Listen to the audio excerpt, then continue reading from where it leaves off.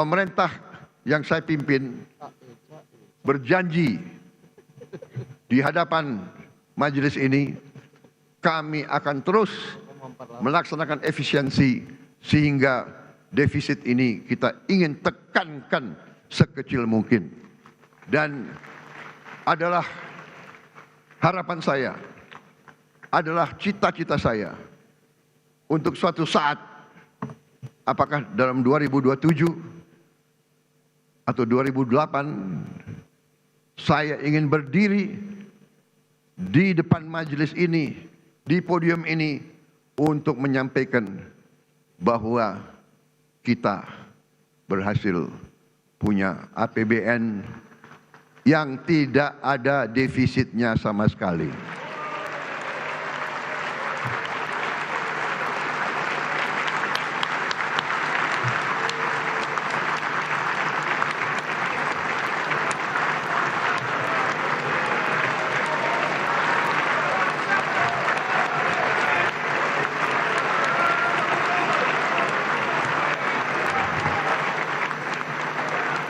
Kita harus berani. Kita harus berani dan kita harus bertekad menghilangkan kebocoran, menekan segala bentuk kebocoran, dan untuk itu saya minta dukungan seluruh kekuatan politik yang ada di Indonesia.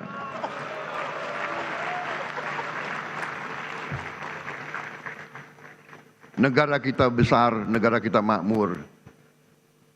Kalau kita atur dengan baik, semuanya akan merasakan, semuanya akan menikmati. Kita akan mengembangkan pembiayaan kreatif dan inovatif yang lebih masif, sehingga tidak hanya mengandalkan APBN.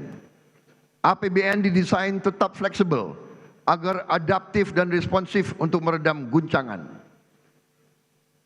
Untuk itu, APBN harus terus dijaga tetap sehat dan kredibel melalui optimalisasi pendapatan, penguatan kualitas belanja, serta inovasi pembiayaan.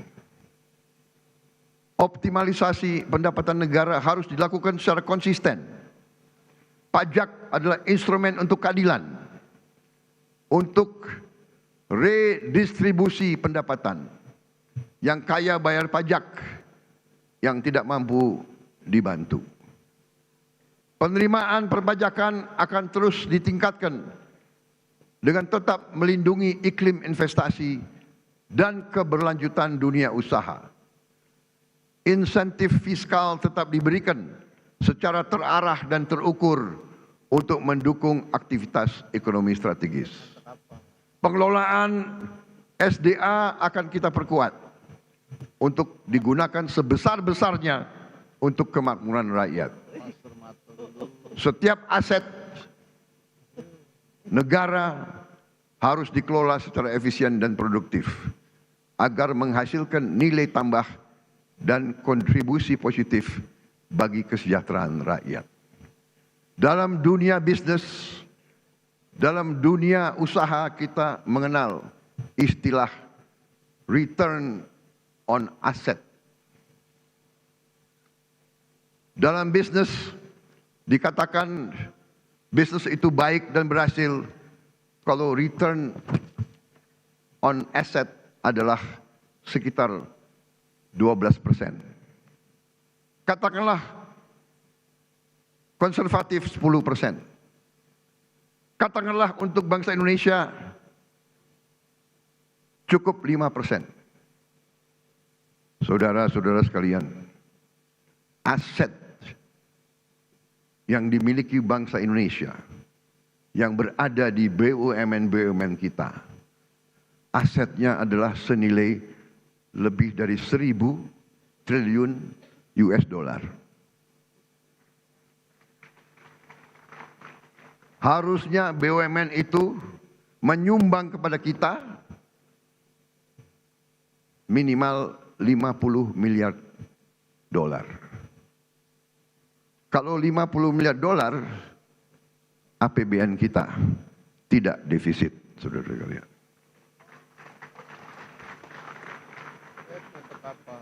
Karena itu, saya memberi tugas kepada Badan Pengelola Investasi Danantara Indonesia untuk membereskan BUMN kita.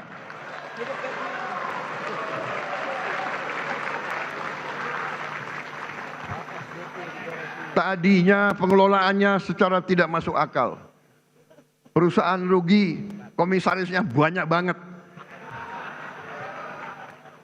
Saya potong setengah komisaris, paling banyak 6 orang, kalau bisa cukup 4 atau 5. Dan saya hilangkan tantiem.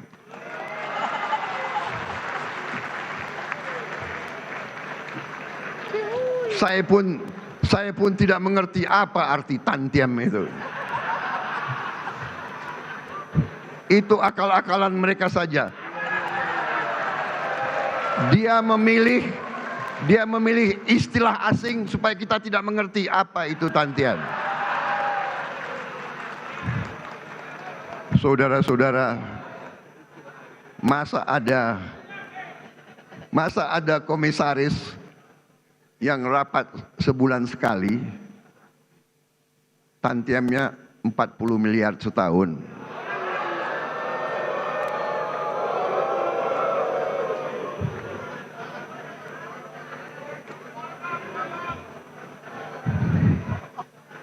Saya juga telah perintahkan ke Danantara, direksi pun tidak perlu tantiem kalau rugi. Dan untungnya harus untung benar, jangan untung akal-akalan.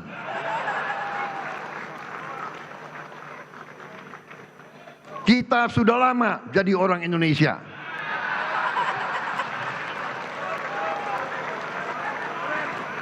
Dan kalau direksi itu, kalau komisaris itu keberatan, segera berhenti, saudara-saudara sekalian.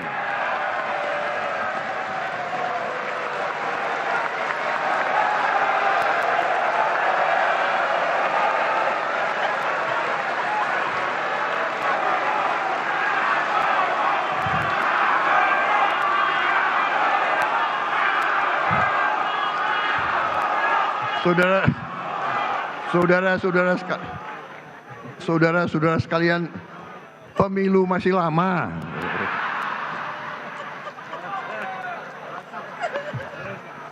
Ini kayak rapat di kecamatan aja ini.